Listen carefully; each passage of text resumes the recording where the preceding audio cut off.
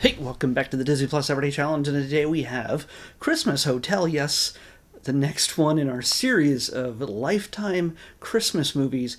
You might know, like the Hallmark movies. Well, Lifetime does it too. There's probably other channels as well that just grind out Christmas movie after Christmas movie that people binge like crazy. I have family that binges like crazy these films, and they're essentially all the same. I'm not busting on it from a film, not like a film expert, but from a structural standpoint, they are exactly like photocopied. Only the details have changed. The characters are changed enough to make this a unique story, but it generally surrounds a woman, primarily a woman, because they're the main people that are consuming this media, and to make it about a man, well, it would be different. It would be a very different story, because again, this is they want to have success and have it making these movies. So many of these movies, you're gonna focus it around the people who are going to live vicariously through this. And yes, as I said previously, this is watching these films is kind of a comfort food.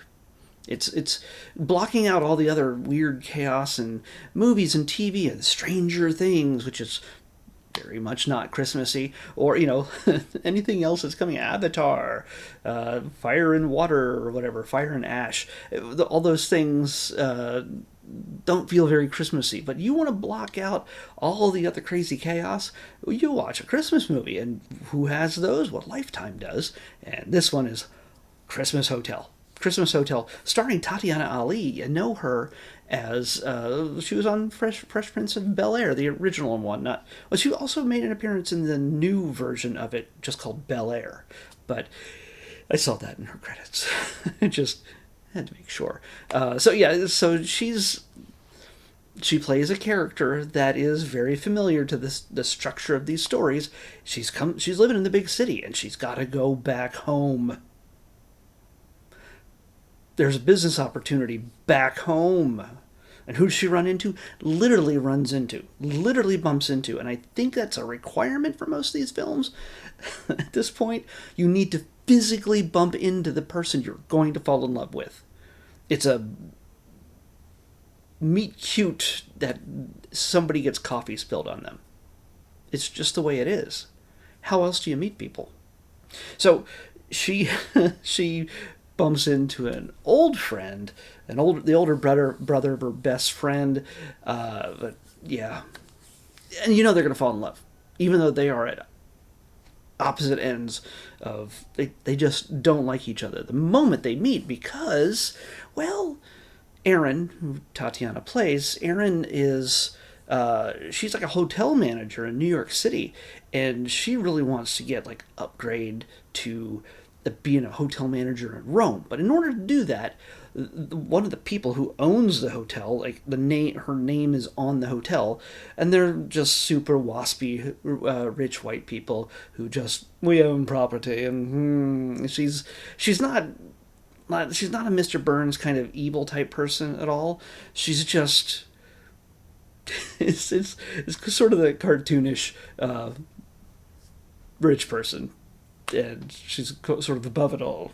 And she's got things she must do and meetings she must take, and then and then she'll go on a holiday to wherever. But the woman who plays her, Erica Walter, Erica. Oh man, my eyes suck so bad. Erica Walter plays Bianca. She's actually kind of generous. She gives Tatiana, Erin. She gives Erin the opportunity to become that manager in Rome, but she's gotta become the manager of the hotel that's kind of struggling in her hometown in Vermont. I only figured out it was Vermont because somebody made a reference to Montpelier, Montpelier,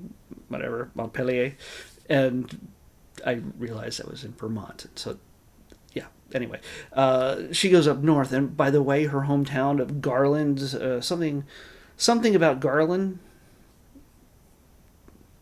The person loved Christmas. Their name was Garland, and and everybody celebrates Christmas year round in this small hometown. It's a small town, but somehow they have a major corporate hotel chain coming into this small town. I don't get it either. But by the way, Erin also doesn't like Christmas, and she doesn't. She she's not into it. She doesn't hate it. She's not like, oh, Christmas, I hate it so much, I'm the Grinch. She doesn't do that, but she really doesn't care. Like everybody else is like, oh, cheer and decorations and everything else. She's like, I don't care. I got out of town. My hometown is all like that. I just had my fill of it. But she's got to go back. And she's got to make this hotel, just really get it up and running and get it going and refurbish it and just really make it something great before she could be considered for the Rome job.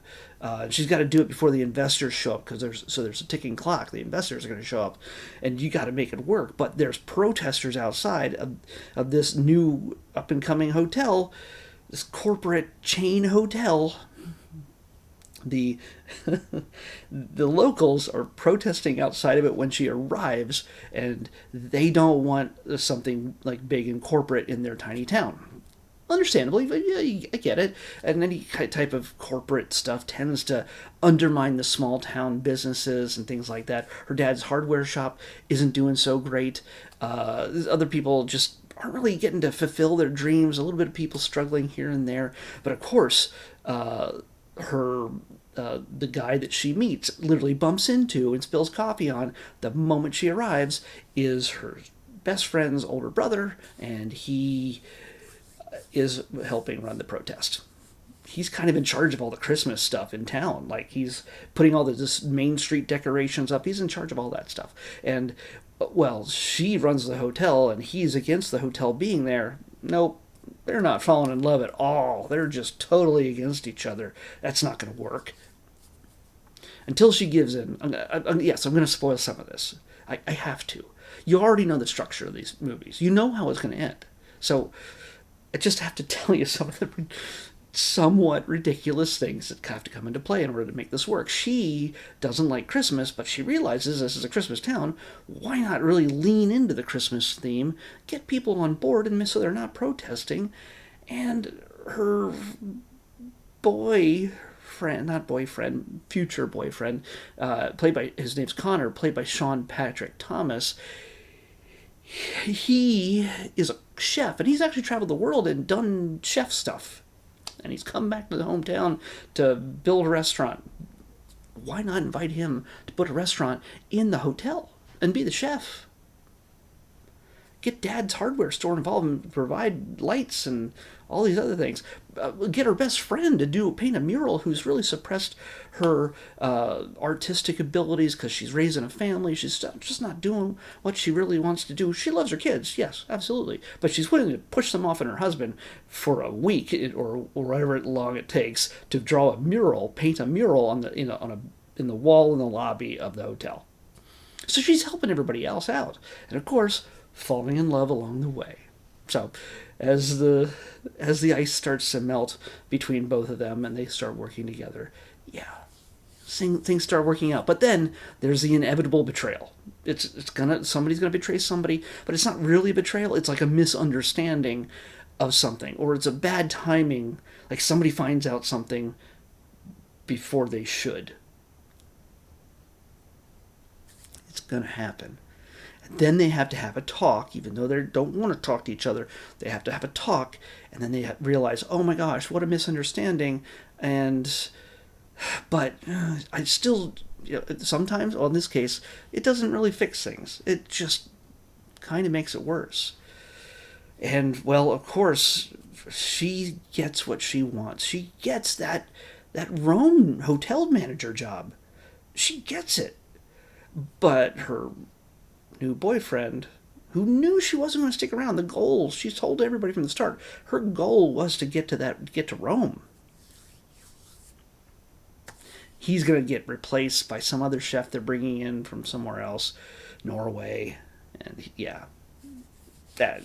So he's going to lose his job. She's going to get everything she wanted. But can she leave? When suddenly the boss says, hey, we got to get on the plane tonight to close down this deal, and you got to be there, and we're flying to Rome immediately before they officially open the hotel, the Christmas hotel. What choice is she going to make? Is she going to fly off to Rome to capture her dream? Or is she going to stick around and demand to be the manager of the Christmas hotel forever and give her boyfriend back a job as the chef, and they all live happily ever after? What choice is she going to make? By the way, beyond all of that, I think there is a requirement to say the word Christmas every minute. If you can say at least 10 times in a minute, somebody wins a prize, I think. I'm not sure. Also, one of the funniest things I noticed about this, there is blatant product placement in this. Like when there's a panning shot to Times Square to let you know you're in New York City. One of the screens in Times Square is overlaid with some, I forget the name of the company, but it's a well-known company, I think, that is, again, when it comes to Times Square and you focus on certain screens in a movie, you kind of have to. You can't just put some random thing like Visa or Coca-Cola, because they're not sponsoring this film. You can't show an ad for things that are not, they don't get permission for, so they have to put their own ad in. But then there's other things like, hey, you know what? We have to make up these special decorations. I don't know if we have time to do that. Well, if you go to Etsy.com, they have all the things you need. Just not just Etsy, not just like, hey, I got to hook up on Etsy. I got a good place we go on Etsy. Rather than saying that, but clearly stating, well, if you go to Etsy.com, you can get everything you need. Yeah, it's like hit me over the head with product placement. And there's at least one more, which I think has to do with Dad's hardware store or something. I can't remember, but see if you can count the product placement in this movie. It is embarrassingly blatant, but hey, it's a Lifetime Christmas movie. You got to pay the bills somehow. And but yeah, it's again sweet and enjoyable, inoffensive. It's rated G. I mean, you know how it's going to end. It's just how you get there. It's really, this is unlike yesterday's. This does have more of the classic structure of somebody coming from big city to hometown or small town, and then trying to fit in, and then finding love despite themselves. Betrayal, reconciliation, making the big choice, a big dramatic decision, and it all works out. That's the structure of nearly every major Christmas film, whether it's on Hallmark or Lifetime or whatever other channel. Just saying. You know this, but I'm just saying I know this too. All right, our third in a series of Lifetime movies, Christmas movies that take place at a business or a company or something. Tomorrow we're watching Radio Christmas. What's going on there? I'm feeling there's the radio involved, or at least somebody working at a radio station. I'm pretty sure the latter, because that's why I grouped it with this group. So yeah, Radio Christmas is what we're watching tomorrow in the next Disney Plus Everyday Challenge. I'll see you back here tomorrow with that. Bye.